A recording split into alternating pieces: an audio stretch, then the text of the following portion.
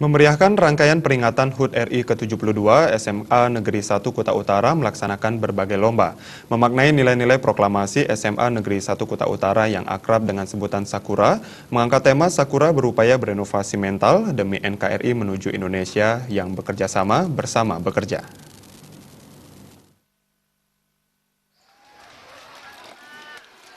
Memaknai nilai-nilai proklamasi, lomba-lomba di SMA Negeri 1 Kuta diisi dengan lomba menulis surat terima kasih kepada sang proklamator.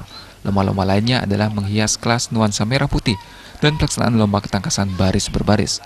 Ketua OSIS SMA Negeri 1 Wayan Prayogi Sastama Putra mengatakan, kegiatan lomba dilaksanakan selama 2 hari. Hari pertama diisi pula oleh kegiatan olahraga meraih masa depan. Itu mengisi kemerdekaan RI yang ke-72.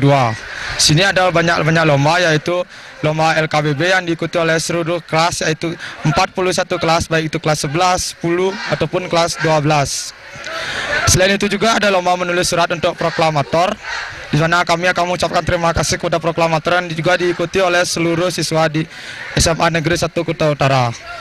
Wakil Kepala Sekolah Bidang Kesiswaan SMA Negeri 1 Kuta Utara, Made Murdi, yang mengatakan lomba-lomba dan kegiatan lainnya diikuti 1.546 siswa dari 41 rombongan belajar.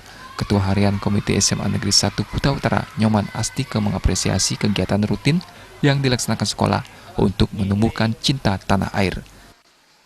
Mengawali itu kita ada olahraga permainan, di mana olahraga permainan itu kita ciptakan di Sakura, yang kita menamakan permainan meraih masa depan. Itu lomba yang kita harapkan yang kedua. Yang ketiga, kita ada lomba hari ini, yaitu LKBB. Di pihak komite, asosiasi kami cukup luar biasa, dan juga dari anak-anak siswa betul-betul antusias melaksanakan lomba-lomba ini dengan cukup semangatnya luar biasa yang sudah Selain meningkatkan kebersamaan, berbagai kegiatan yang dilaksanakan bertujuan meningkatkan rasa memiliki dan kedisiplinan siswa.